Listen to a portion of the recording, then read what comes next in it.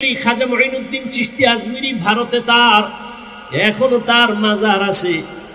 হিন্দুরাও তাকে সম্মান করে। ভারতের মদিনাতুল মুনাওয়ারা থেকে ভারতে আসছে কালেমার পতাকা নিয়ে, মানুষের দ্বারে দ্বারে গিয়ে দাওয়াত দিলেন। 90, কেউ বলে 99, কেউ বলে আরো বেশি, লক্ষ বিধর্মী তার হাতে কালেমা পড়েছে। মঈনুদ্দিনের মন বেজার না খুশি? আম্মা জানের সামনে মঈনুদ্দিন খুব আনন্দিত। মা কয় এত আনন্দিত কেন বাবা? বলে মা, আমার হাতে লক্ষ লক্ষ বিধর্মী কালেমা পড়েছে। আম্মা জান বলে, আরে মঈনুদ্দিন, এটা তোর বাহাদুরি নামি মায়ের অবদান। মঈনুদ্দিন ডাক দিয়ে কয়, মা তোমার অবদান কি? বলে বাবা, তুই যেদিন আমার গর্ভে আসছিস আমি একটা রাত ঘুমাই নাই, আমি সারা রাত যায় নামাজে কান্না করেছি, মালিক আমার সন্তানটাকে তুমি ওলি বানাইয়া পাঠাইও, তোমার গোলাম বানাইয়া পাঠাইও। আমি এভাবে দোয়া করতাম। আর যখন তুই দুনিয়াতে আসছো, আমি মা তোরে যতদিন দুধ পান করাইছি, আল্লাহর কসম আমি যতদিন তোরে দুধ পান করাইছি, 1 বছর 2 বছর, আল্লাহর কসম করে বলি মা, বাবা মঈনুদ্দিন, 1 ফোঁটা দুধও আমি বিনা ওযুতে তোর মুখে দেই নাই। কেমন মা যে বাচ্চার মুখে 1 ফোঁটা দুধও বিনা ওযুতে দেয় নাই? যত রান্না করেছি বিনা ওযুতে, ঘরের কোনো রান্না আমি করি নাই। ও বুজুর্গ আল্লাহ বান্দারা, বলো তোমার ঘরের বিবির হালাত কেমন? কেউ কি বুকে হাত দিয়ে বলতে পারবা যে আমার ঘরের বিবি যত রান্না বান্না করে বিনা ওযুতে করে না, পাক অবস্থায় করে, ওযু সহকারে করে? এত এমনিই বরকত হবে? মা তার বাচ্চাটারে বিনা ওযুতে দুধ পান করায় না, কত বড় দামি মা, তার সন্তান তো দামি হবে। এজন্যই বলি আম্মা জান, আপনাদের এত সম্মান নবীদের মায়ের মতো, আপনারা দামি সাহাবায়ে কেরামদের মায়ের মতো দামি মা। আপনারা তো খাদিজা রাদিয়াল্লাহু তাআলা আনহার মতো দামি নারী, ফাতেমা রাদিয়াল্লাহু আনহার মতো দামি নারী।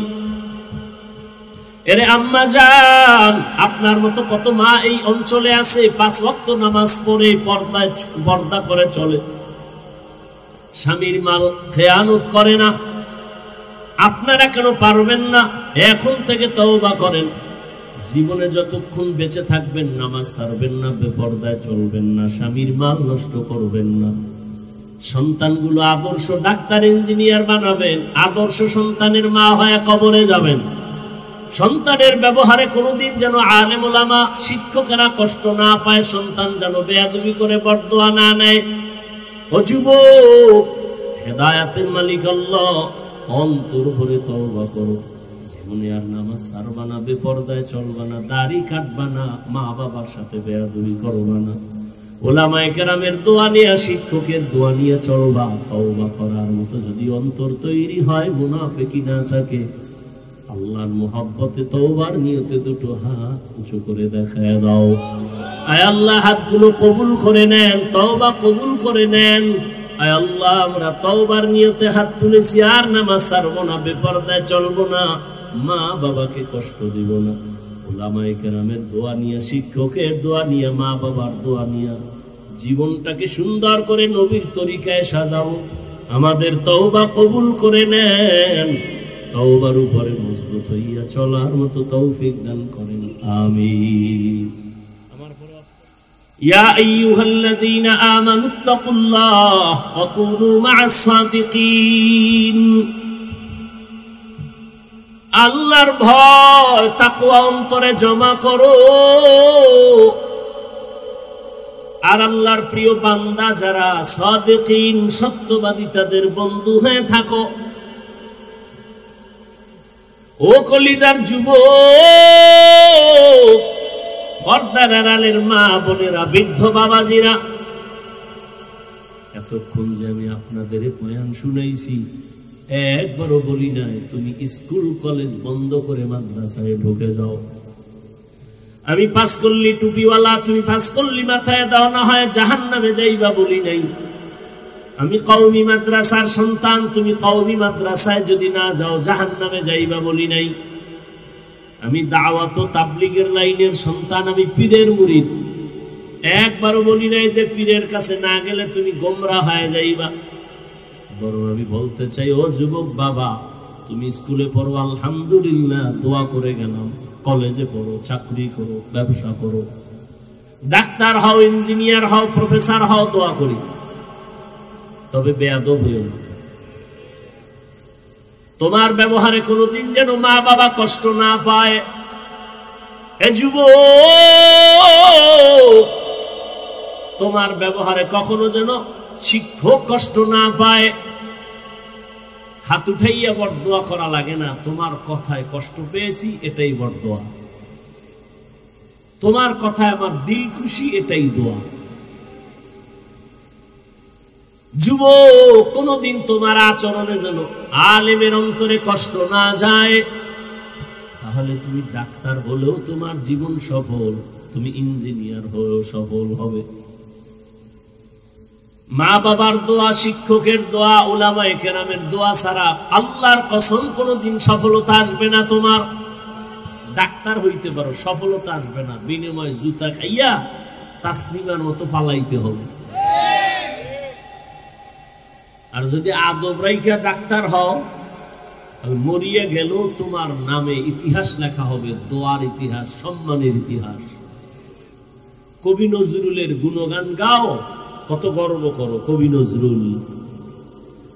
তোর মতো সারা রাত মোবাইলে আকাম করলে কবি নজরুল হতে পারত না।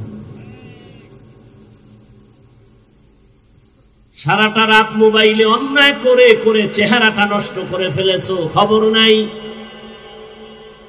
ঠান্ডা মাথার খুনির নাম মোবাইল, ও ঠান্ডা মাথায় তোরে খুন করতেছে, তোর খবর নাই।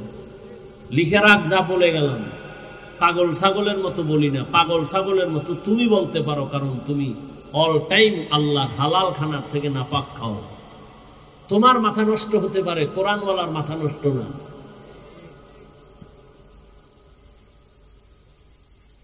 তোমার এই মোবাইলের কারণে আজকে কিডনি ড্যামেজ, হসপিটালে যাও, পরীক্ষা করো। তোমার এই মোবাইল তোমার হার্ট কেড়ে নিয়েছে, ব্রেন কেড়ে নিয়েছে, চরিত্র ধ্বংস করেছে, লেখাপড়া ধ্বংস করেছে। একটা মোবাইলের কারণে মা বাবার সাথে কত বেয়াদবি করেছো, শিক্ষকের সাথে বেয়াদবি করেছো। এক মোবাইলকে কেন্দ্র করে মা বাবার কত টাকা চুরি করেছো। অথচ একটা সন্তান যদি চিন্তা করতো, আব্বা যদি মারা যায় তাহলে সংসারের জিম্মা তো আমি ছেলের উপরে আসবে, এই সম্পদ তো বাবার না আমার, বাবাই মরে গেলে তো সব আমার, তাহলে আমি কিভাবে বাবার সম্পদ নষ্ট করি? মূলত আমারটাই আমি নষ্ট করতেছি। প্রত্যেকটা ঘরের মা যদি চিন্তা করতেন, স্বামী যদি মরে যায় সম্পদ আমার আন্ডারে চলে আসবে। আর দুনিয়াতে কোন পুরুষ গাধার মতো কষ্ট করে রুজি রোজগার করে, নিজের জন্য কিচ্ছু করে না, সন্তানের আর পরিবারের জন্য করে কি? নিজে না খায় থাকে, টেনশনও নাই। ছেলে না খায় থাকলে মাথা ঠিক নেই, বউ না খায় রয়েছে, মাথা ঠিক নেই। প্রত্যেকটা বাবা নিজের জন্য কষ্ট করে না, সন্তান যেন হাসি মুখে থাকে, স্ত্রী যেন শান্তিতে থাকে। গাধার মতো রাত নাই, দিন নাই, খানা নাই, ঘুম নাই, কষ্ট করে। একটা মহিলা যদি চিন্তা করতো যে আমার স্বামীর কামাই এত কষ্টের, মরে গেলে তো এগুলো আমারই থাকবে, তাহলে ওই মহিলা কোনোদিন স্বামীর মাল খেয়ানত করতো না, গুনাহের পথে স্বামীর টাকা খরচ করতো না। তুমি স্বামীর টাকা অন্যায় পথে ব্যয় করো, মূলত তোমার সম্পদ তুমি নিজে ক্ষতি করলা। আর যেই সংসারের টাকা পয়সা নিজেদের লোকেরা খেয়ানত করবে, ওই সংসারে কোটি টাকা কামাই হলেও বরকত থাকবে না। না ছেলে বুঝে, না মেয়ে বুঝে, না স্ত্রী বুঝে।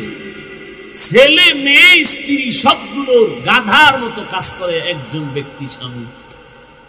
কি এর ঋণ কি আদায় করবে? হ্যাঁ, ভালো মন্দ তো কম বেশি সবার মধ্যেই থাকে। কত স্বামী বেচারা টাকা পয়সা কামাই করে ঠিক, তবে গুনার পথে নিজেই ব্যয় করে। স্ত্রীর মুখে হাসি ফুটানোর চিন্তাও তার থাকে না। আর ওই যে মোবাইল গজব, পরকিয়া করতে করতে স্ত্রীকেও হারায় ফেলতেছে, সন্তানেরও হক আদায় করে না। কোন বাবায় যদি চিন্তা করত, আমি যদি ভিন্ন দিকে নজর দেই আমার সন্তান কেমনে মুখ দেখাবে। সন্তানেরা কথায় কথায় কষ্ট পাবে, লজ্জা পাবে, চোখের পানি ফেলবে, নিঃশ্বাস ফেলবে। এই চিন্তা যদি বাবায় করত, কোনদিন নিজের আপন স্ত্রী ছাড়া ভিন্ন দিকে নজর দিত না। কি আকাম বাজাইয়া মানকে সিফায় আটকায় গেছে, এবার বিয়া করছে, এবার হুজুর গোদারে যায়, সাইডার মাত্র 2। এই যে মানকে সিফায় আটকাইছে খবর নেই, মিস কলে আটকায় গেছে খবর নাই। ফতুয়া খুঁজে যে সাইডা করা তো জায়েজ, সাইডা করা জায়েজ, সুন্নত না। তুমি শপথ করো জীবনে বিয়ে একটা, শপথ করো তুমি সাইডা করো। এক মাইয়া বাবায় অনুষ্ঠান করে বিয়ে দিছে, ওই স্বামী মহিলাকে আবার ছেড়ে দিছে, তুমি ওই মাইয়া নাও। কয় আর এক জায়গায় বিয়ে হয়েছিল, কার সর্বনাশ, নিব না, নিবে না। হালাল ভাবে বিয়ে হয়েছে এক জায়গায়, ওখান থেকে স্বামী ছেড়ে দিয়েছে, এই মহিলাটাকে বিয়ে করবে, একটা কলঙ্ক লাগাই দিছে। আর এক বিয়ে হয়েছে, নেওয়া যাবে না। সব জায়গায় ভেজা। বাংলাদেশে ওই পরিবেশ নেই যে তুমি সাইড গেলে ঘুরবা, একটার হক আদায় করতে পারো না, মাইয়া পোলার হক আদায় করতে পারো না, তুমি সাইডার স্বপ্ন দেখো কিভাবে? তোমার এত টাকা, কি হবে তোমার টাকা দিয়ে যদি আল্লাহর ভয় না থাকে, ইনসাফ না থাকে? একজনে সাইড বিয়ে করছে, জিগায় ভাই তুমি সাইডোটার হক আদায় করো। কবি কেমনে? ছোট বউয়ের সাথে রাত্রে থাকি আর বাকি 3টার সাথে মোবাইলে যোগাযোগ রাখি, হক আদায় করো। বাংলাদেশ ওই পরিবেশ নয়। সন্তানের অভিশাপ লাগতেছে বাবার উপরে, নিঃশ্বাস ফেলতেছে সন্তানগুলো। কোন দিকে যাব? মহিলাও ঝামেলা আছে না বিভিন্ন সংসারে, মহিলাদের মধ্যেও ঝামেলা। আর এই সব মূলে এই জাহান্নামের ফ্যাক্টরি মোবাইল, ইদানিং কালে এটা ঢুকছে। আর বেপর্দা, যতদিন পর্দা রক্ষা হবে না ততদিন জিনার রাস্তা বন্ধ করা যাবে না। এটা হলো এক শব্দ হলো দর্শন, আর এক শব্দ হলো ধর্ষণ। ধর্ষণকে বন্ধ করতে হলে দর্শনকে বন্ধ করতে হবে। দর্শন বন্ধ হবে তো ধর্ষণ বন্ধ হবে। দর্শন বন্ধ করো, চোখের চাহনিকে কন্ট্রোল করো, জিনার থেকে সমাজ উপকৃত হবে, বেঁচে যাবে। কে বলবে এই কথা? শুনবে কে? এগুলো মুখে আনতেও লজ্জা লাগে। আল্লাহ হেদায়েত দান করুন। সর্বোপরি সব বয়ানের মূল কথা হলো তোমার জীবনকে ফুলের মতো গড়ার জন্য একটাই সমাধান, এ জমিনে যারা আল্লাহর প্রিয় গোলাম, আল্লাহওয়ালা, তাদের বন্ধু হও, এছাড়া কোনো সুযোগ নেই। মুরব্বি মানতে যাইয়াও ঠিক থাকা যায় না। তুমি মুরব্বি যদি নাই মানো, তোমার উপায় কি? গরুটার মুখের মধ্যে কাবার লাগাই দিছে, মালিক রশিদের হাতে রাখছে, এরপরও ডাইনে ধাক্কা মারে, বামে ধাক্কা মারে, ধান টান দেয়। এবার যখন মুহে পারে না, রাস্তা দিয়ে হাঁটতেছে, এক বেচারার একটা বালতি থুইছে, জিনিস সহ ওটারে পাও দিয়ে লাথি মেরে ফালাই দিছে, জিদ্দে খাইতে পারি না, তোরেও খাইতে দিব না। তাহলে রশি দিয়ে আটকাইয়াও গরুটারে রাখতে পারে না। আর যে গরু এমনি ছাইরা দেয়, ইনারে কেমনে কন্ট্রোল করবে? বুঝে না আমার দেশের উলামায়ে কেরাম।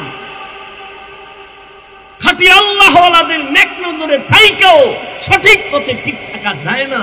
আর যারা কোনো আল্লাহওয়ালা মানেই না, এদের উপায় কি? উল্টা নিমক হারামের মতো ফতুয়াবাজি করে, মানুষকে বিভ্রান্ত করে, কয় ওলিয়া উলিয়া লাগে না। জামানার সব থেকে বড় কাজ্জাব যারা বলে ওলিয়া উলিয়া মানি না, ওরা ভণ্ড, ওরা বাতিল। এদেরকে যারা বাতিল বলে না, তারাও বাতিল।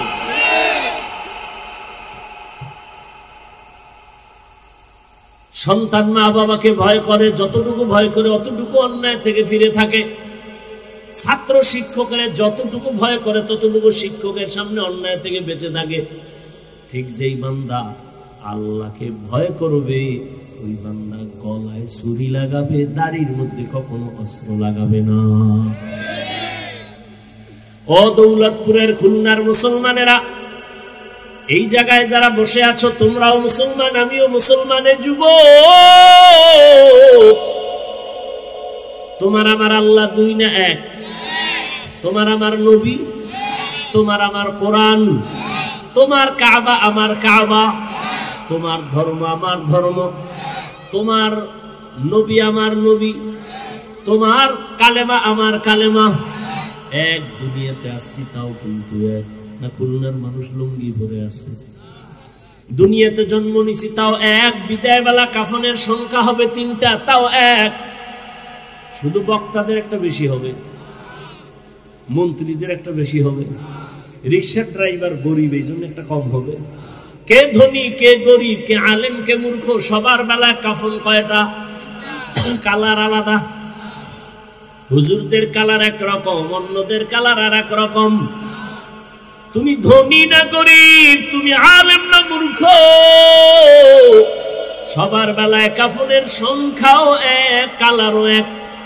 শুধু কাফনের উপরে লেখা থাকবে বড় হুজুরের লাশ, কাফনের উপরে লেখা থাকবে এমপি সাহেবের লাশ, কিছুই না। একটু চিন্তা করো। আজকে আমি বক্তা বক্তা ভাব, তুমি ক্ষমতার ভাব দেখাও, কিন্তু যেদিন সাদা কাফনে ঢুকবা সেদিন সব ভাব আর বাহাদুরি শেষ হয়ে যাবে। কে ইমাম, কে মুক্তাদি, কে ডাক্তার, কে রোগী, সব একাকার লাশ হয়েছে, কাফনের ভেতরে প্যাকেট হয়ে গেছে। এখন আর লেখা নাই কে বড় কে ছোট, সব সমান। জানাজার সিস্টেমও এক, কবরের সাইজও এক। না এলাকার কবর এক হাত বড় হবে, সবার কবরের সাইজও এক। কবরে মাটি দিয়ে বিদায়ের পরে প্রশ্ন হবে 3টা, তাও এক। পিসাবের প্রশ্ন আলাদা, মুরিদেরটা আলাদা, সব এক। রবের পরিচয় দাও, ধর্মের পরিচয় দাও, রাহমাতুল লিল আলামিনের পরিচয় দাও। ও আমার কলিজার যুবক, তোমার আমার আল্লাহ এক, নবী এক, কোরআন এক, কাবা এক, ধর্ম এক, কালেমা এক, কবর এক, প্রশ্ন এক, কাফন এক, সংখ্যা এক। অথচ আমি টুপি মাথায় না দিলে লজ্জা পাই, তুমি মাথায় টুপি দিতে লজ্জা পাও। বুঝি না তুমি কোন জগতের ভিআইপি মুসলমান। আমি দাড়ি কাটলে লজ্জা পাই, তুমি দাড়ি রাখতে লজ্জা পাও। কেমন মুসলমান তুমি? তোমার আমার সব এক। অথচ আমি পর্দা না করলে লজ্জা লাগে, তোমার পর্দা করতে গেলে লজ্জা লাগে। আমি মসজিদে না ঢুকলে লজ্জা পাই, তুমি কেমন মুসলমান যে মসজিদে ঢুকতে গেলে লজ্জা পাও? এবার আসো বাস্তবে ফলাফল দেখো। আমি যে আবারও বলছি, একটু আগেও বলেছিলাম, কাউকে হুজুর হইতে আমি বয়ান করতে আসি নাই যে হুজুর হও। স্কুল বাদ দিয়া দাও, চাকরি ছেড়ে দাও, একবারও বলি নাই, বলবো না। বলো যুবক, তোমার লাইনের জেনারেল পড়ুয়া কোনোদিন মাদ্রাসায় পড়ে নাই। তোমার মতো যুবক র্যাব, আর্মি, পুলিশ, বিডিআর চাকরি করে, দাড়িওয়ালা, নামাজি, সত্য কথাটা স্বীকার করো, আছে না নাই? তোমার মতো যুবক স্কুল কলেজে পড়ে, 5 ওয়াক্ত নামাজ পড়ে, সত্য কথা বলো, আছে না নাই? নিজেকে একটু প্রশ্ন করো, তুমি কেন পারো না রে বাবা? কারণটা কি? তোমার কপালে কার অভিশাপ লাগছে? তোমার মতোই তো যুবক রাস্তায় গাড়ি চালায়, নামাজ ছাড়ে না, তুমি কেন পারো না? নদীর মধ্যে মাছ ধরে, তোমার মতো জেনারেল লাইনের মানুষটা জীবনে মাদ্রাসায় যায় না, নামাজ ছাড়ে না। ঢাকা বিশ্ববিদ্যালয়ে যাও, জাহাঙ্গীরনগরে যাও, ওখানে কত ছাত্র দেখবা পাগড়ি মাথায়, দাড়ি লম্বা। ও যুবক, তুমি কোন মসজিদের খতিব বলে না তো এমন কেন? বলে আলেম আল্লাহওয়ালাদের নেক নজর লাগছে, রং পাল্টায় গেছে। ও আল্লাহর বান্দারা, তোমার মতো যুবক হইয়া যদি স্কুলে পড়িয়া নামাজ পড়ে, তুমি নিজেকে প্রশ্ন করো, তুমি কেন পারো না? তোমার মতো বান্দা যদি জেনারেল লাইনে থাইকা ডাক্তার, প্রফেসর, ইঞ্জিনিয়ার হয়, নামাজ পড়ে, তুমি কেন পারো না? তোমার মতো যুবক ওসি, ডিসি, এসপি 5 ওয়াক্ত নামাজি নাই, তুমি কেন পারো না? ওগো ফাও দোয়া ফানি খাইও 3 বেলা খালি পেটে, এটা তোমার ঔষধ। ওই তোমার মতো যুবক নামাজ পড়ে, গাড়ি চালায়, কষ্ট করে, শ্রমিকের কাজ করে নামাজ পড়ে, তুমি পারো না কেন? একটু বালিশে মাথা লাগায় চিন্তা করিও, কয়দিন আর বাঁচবা? এই করোনায় কত প্রাণ নিয়ে গেল, ছাত্র জনতার আন্দোলনে কত তাজা তাজা যুবকের প্রাণ চলে গেল। আল্লাহ তো করোনা তোমার উপরে একটা বাড়ি মারছিল, আল্লাহ নিয়ে যাইতে পারতেন। এখানে একটা লোক বলতে পারবা না যে আমার করোনায় বাড়ি মারে নাই। করোনায় বাড়ি দিছে ঠিক, তবে একজনারে নিয়ে গেছে, তোমারে আল্লাহ রাইখা দিছে। তুমি এখনো যে হায়াতটা পাইছো বোনাস, তোমার কিন্তু জীবনে একটা ধাক্কা লাগছিল, মনে করছিল তুমি মইরাই গেছো। এবার নতুন করে যে হায়াত পাইছো, এটা আল্লাহর দেওয়া বোনাস। এই হায়াতটা তুমি দিনের কাজে লাগাও। তুমি যদি নামাজ পড়ো, রোজা রাখো, পর্দা করো, এই জন্য কি চাকরি যাবে? সেদিন এক আর্মির চাকরিজীবী যুবক আইসা চোখের পানি ছেড়ে আমার দোয়া চাইলো, হুজুর আমি আর্মি চাকরি ছেড়ে দিতেছি। কেন বাবা? এই মুহূর্তে তো আর্মি বড় পাওয়ারে আছে, ছাড়বেন কেন? বড় অফিসার কয় দাড়ি কাটা লাগবে। আমি বলছি চাকরি ছেড়ে দিব, দাড়ির মধ্যে অস্ত্র লাগাবো না। রিজিকের মালিক চাকরি না আল্লাহ। এত টেনশন কেন করো? ভর্তের পিপিলিকার খানা তো, আমগো খানা তো আরো দিবে। তুমি নিমক হারাম হয়ে গেছো, তুমি আল্লাহর জমিনে থেকে আল্লাহর সাথে জুলুম করতেছো। পিপিলিকার খানা দিলে আমার তো আরো আগে দিবে, কারণ আল্লাহর কাছে তো ওরা প্রিয় না, আমরা প্রিয়। আল্লাহ তো দিবেন। বসরা এলাকার রাবেয়া নামের, রাবেয়া বসরিয়া নামটা সবাই জানে, কত বড় আল্লাহওয়ালা। বিবাহ শাদী নাই, রাবেয়া বসরিয়া আল্লাহর এমন পেয়ারা বান্দি, সারা রাত যায় নামাজে কাটায়। তাসকিরাতুল আউলিয়া নামক কিতাবে আছে, ওই আল্লাহর বান্দি তরকারি নাই, রান্না করবে কি? এলাকার থেকে কিছু তরকারি নিয়ে আসছে, মশলা নাই। আল্লাহ মশলা দাও। কারে কয়? একটা পাখি আইসে মশলা দিয়ে গেছে। কইতো না সেটা আল্লাহর কুদরত। এখনো সময় আছে, তওবা করে নাও। আজকে তুমি সুস্থ, ভাইবো না তুমি বাঁচবা অনেকদিন। অসুস্থ রোগীরা ডাক্তার কয় মইরা যাইবে, যা পারো খাওয়ায় দাও। কিন্তু অসুস্থ রোগী লাঠি লয়ে এখনো হাঁটে, তার সুস্থ ভাইটা বহু আগে মারা গেছে তার সামনে। আমি বানায় বলতেছি, একটু চিন্তা করো তো বাবা, তুমি সুস্থ, তুমি খুব ভাবে আছো, অথচ অসুস্থ রোগীটা সবাই বলে মরে যাবে, সে বেঁচে রইল, তার আপন ভাই সুস্থ মানুষটা মরে গেল। বড় ভাই অসুস্থ,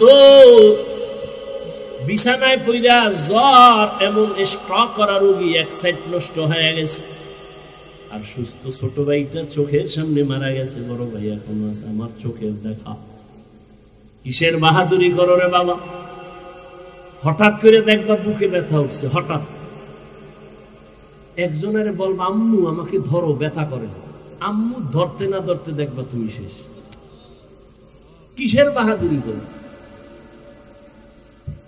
এখনো সময় আছে, তওবা করো, আল্লাহওয়ালাদের বন্ধু হইয়া নিজেকে সংশোধন করো। আর নামাজ ছাড়িও না, আর দাড়ি কাটিও না, বেপর্দায় চলিও না, মা বাবার সাথে বেয়াদবি করিও না।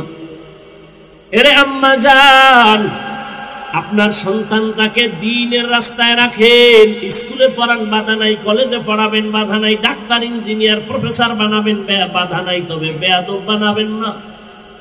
অনুরোধ করে বলছি, কারণ একটা সন্তান ভালো মন্দ হওয়ার পেছনে মায়ের অবদান বাবার থেকেও বেশি। এজন্যই তো বিশ্ব বরেণ্য দার্শনিক ইমাম গজালি রহমাতুল্লাহ আলাইহি বলেন, একটা বাচ্চার জন্য প্রাথমিক শিক্ষিকা তার মা। আমার বলার সময় নাই, 1 মিনিটে বলি, খাজা মঈনুদ্দিন চিশতি আজমিরি ভারতে তার এখনো তার মাজার আছে, হিন্দুরাও তাকে সম্মান করে। ভারতের মদিনাতুল মুনাওয়ারা থেকে ভারতে আসছে কালেমার পতাকা নিয়ে, মানুষের দ্বারে দ্বারে গিয়ে দাওয়াত দিলেন। 90, কেউ বলে 99, কেউ বলে আরো বেশি, লক্ষ বিধর্মী তার হাতে কালেমা পড়েছে। মঈনুদ্দিনের মন বেজার না খুশি? আম্মা জানের সামনে মঈনুদ্দিন খুব আনন্দিত। মা কয়, এত আনন্দিত কেন বাবা? বলে, মা, আমার হাতে লক্ষ লক্ষ বিধর্মী কালেমা পড়েছে। আম্মা জান বলে, রে মঈনুদ্দিন, এটা তোর বাহাদুরি নামি মায়ের অবদান।